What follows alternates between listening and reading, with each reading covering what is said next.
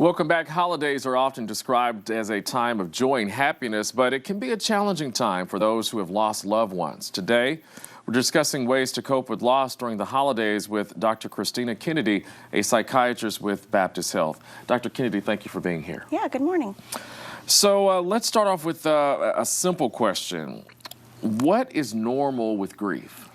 Yeah, normal is a complicated word for grief because, as we often hear, people process grief differently, and so it can look very different from different individuals, but it can be very normal to feel almost essentially depressed after you lose a loved one.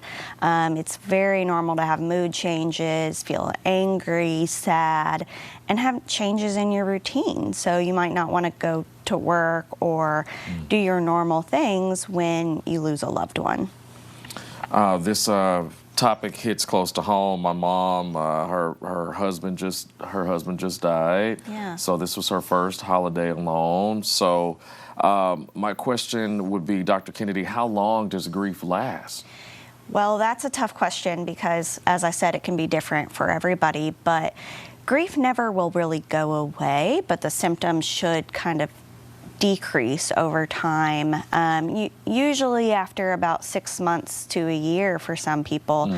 If you're still feeling really sad after that point, it may be time to talk to somebody about kind of, is this just turned into a depression versus grief? But the first few months are definitely usually the hardest for people. So why is it that grief seems to become worse around the holidays?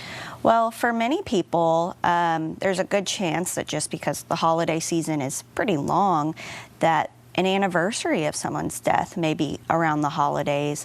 But the other reason is that, often around the holidays, people get together with their family or their loved ones.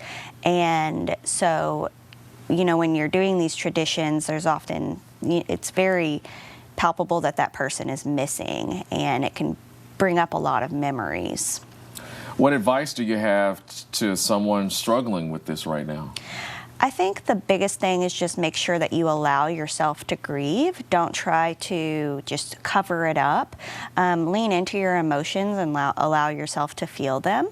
And then many people will try to find ways to honor their loved one. So around the holidays, sometimes people will light a candle in honor of their loved one or share stories. Sometimes for holidays, people will even decorate the graves of their loved ones or things like that. But finding a way to kind of keep their memory and spirit alive is usually really helpful. And my last question, Dr. Kennedy, what can people do to help people who are grieving, like the people around the people who are grieving?